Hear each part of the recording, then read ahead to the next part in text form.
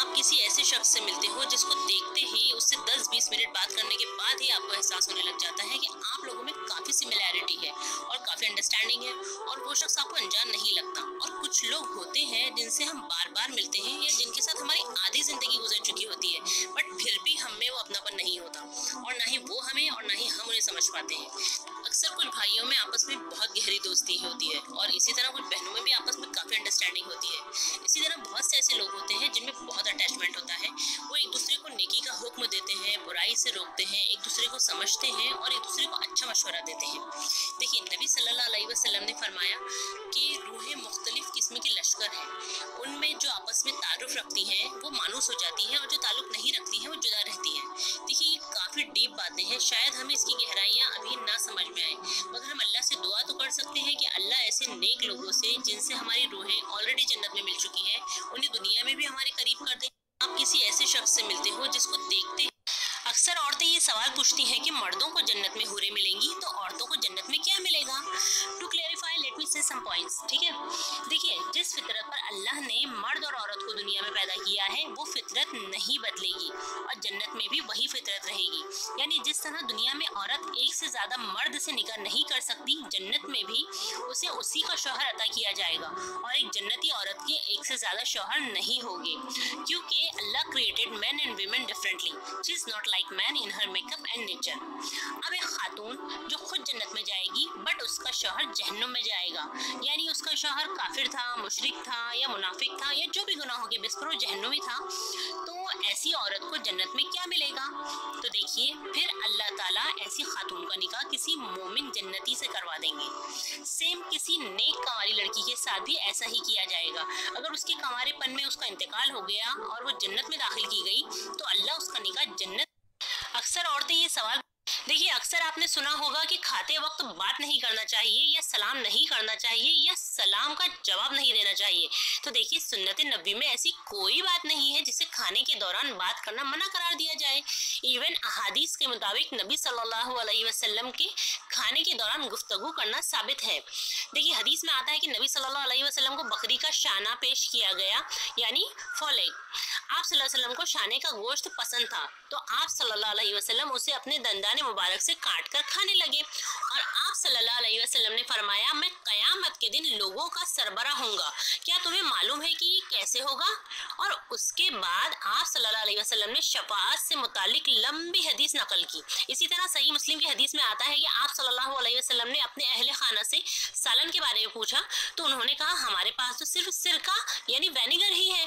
तो आप सल्लल्लाहु अलैहि वसल्लम ने सिरका मंगवाया और आप उसी के साथ खाना खाने लगे और खाने के दौरान आप सल्लल्लाहु अलैहि। देखिए, अक्सर आपने सुना, देखिए अक्सर बहनें ये सवाल करती हैं कि क्या हम परमानेंट हेयर स्ट्रेटनिंग करवा सकती हैं। तो मेरी बहनों, बिल्कुल आप परमानेंट तौर पर अपने बालों को स्ट्रेट करवा सकती हैं अगर ये मेडिकली हार्मफुल ना हो तो। इसमें कोई बुराई नहीं है, क्योंकि बहुत से ऐसे हेयर ऑयल मर्द और औरत इसलिए इस्तेमाल करते हैं जिससे उनके बाल परमानेंटली लंबे, घने और सॉफ्ट हो जाएं। इसी तरह अक्सर बहनों के बाल बहुत ज़्यादा ख़राब हो जाते हैं, बहुत बारीक होने की वजह से वो आपस में उलझते बहुत हैं और इसी तरह झड़ना शुरू हो जाते हैं और अक्सर हस्बैंड को भी इसी तरह के बालों से चिढ़ हो जाती है। तो आप बिल्कुल अपने बालों को सॉफ्ट और सिल्की करने के लिए परमानेंट हेयर स्ट्रेटनिंग करवा सकती हैं। और एक बात, जब हम अपने हेयर स्ट्रेट करवाते हैं तो वो लोग कुछ एहतियाती तदाबीर बताते हैं जिसमें 2 या 3 दिन तक बालों को पानी से बचाना होता है। तो आप इस वक्त हेयर स्ट्रेट करवाएं जब आप पीरियड्स की हालत में हो, वरना पानी ना लगाने से वजू पर असर पड़ेगा। और मेंसेस के दौरान अपने हेयर स्ट्रेट करवाने के बारे में डॉक्टर से सलाह जरूर ले लें। देखिए, अक्सर बहनें, देखिए किसी पर कोई जादू हो जाए तो उसे चाहिए कि वो देखिए, कुरान में अल्लाह ताला ने औरत को ये हुक्म दिया है कि सर से लेकर पांव तक अपने आप को ढक कर रखे। तो इस लिहाज से देखा जाए तो आमतौर पर साड़ी में सतर मुकम्मल तौर पर नहीं ढकता और इसमें जिस्म के आज़ा जाहिर होते हैं। तो देखिए, अगर हमारी माएँ और बहनें साड़ी पहनना चाहती हैं या पहनती हैं तो फिर उन्हें साड़ी को बहुत एहतियात से पहनना होगा, क्योंकि सारी बात आकर साड़ी के ब्लाउज पर रुक जाती है। क्योंकि जो लोअर गारमेंट यानी साड़ी में नीचे पहना जाने वाला कपड़ा होता है वो लंबा और मोटा होता है, मगर ब्लाउज में बहुत बेपर्दगी होती है। मसलन ब्लाउज का गला आगे और पीछे से काफी बड़ा होता है, आस्तीनें काफी छोटी होती हैं और सबसे बड़ी बात यह कि इसमें पेट और पीठ दोनों दिखाई देती हैं, इसलिए भी इसे पहनने से मना किया जाता है। बट अगर साड़ी आपकी बॉडी को एक्सपोज नहीं कर रही है, यानी साड़ी आपने बड़ी एहतियात से पहनी है जिससे आपका पेट, पीठ, गला, बाजू, टखने नजर ना आ रहे हो, और आपने पल्लू से सर कवर किया हुआ है, तो फिर महरम लोगों के सामने आप साड़ी पहन सकती हैं, अदरवाइज इट इज प्रोहिबिटेड। देखिए, कुरान में अल्लाह ताला ने औरत को ये हुक्म दिया है कि सर से लेकर पांव तक अपने आप को ढक कर रखें। क्या औरतें अपने सर के बाल कट कर सकती हैं?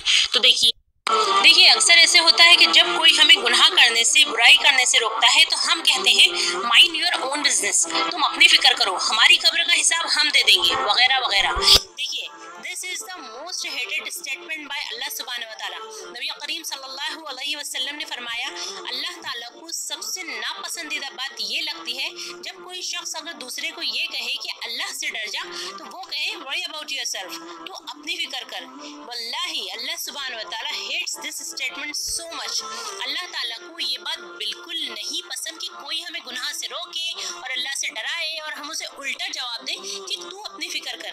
देखिए, लोगों को बुराई से रोकना ये तो दीन का हिस्सा है, द दीन इज नसीहा। इसलिए अगर कोई आपको गुनाहों से, बुराइयों से रोके तो उसकी एडवाइस को रिजेक्ट करके, उसकी इंसल्ट करके अल्लाह के गुस्से और गज़ब को दावत मत दीजिए, बल्कि इंशाअल्लाह कहकर उसकी एडवाइस को खुशी से कबूल कीजिए। Accept advice, be humble, be respectful. देखिए, अक्सर ऐसे होता है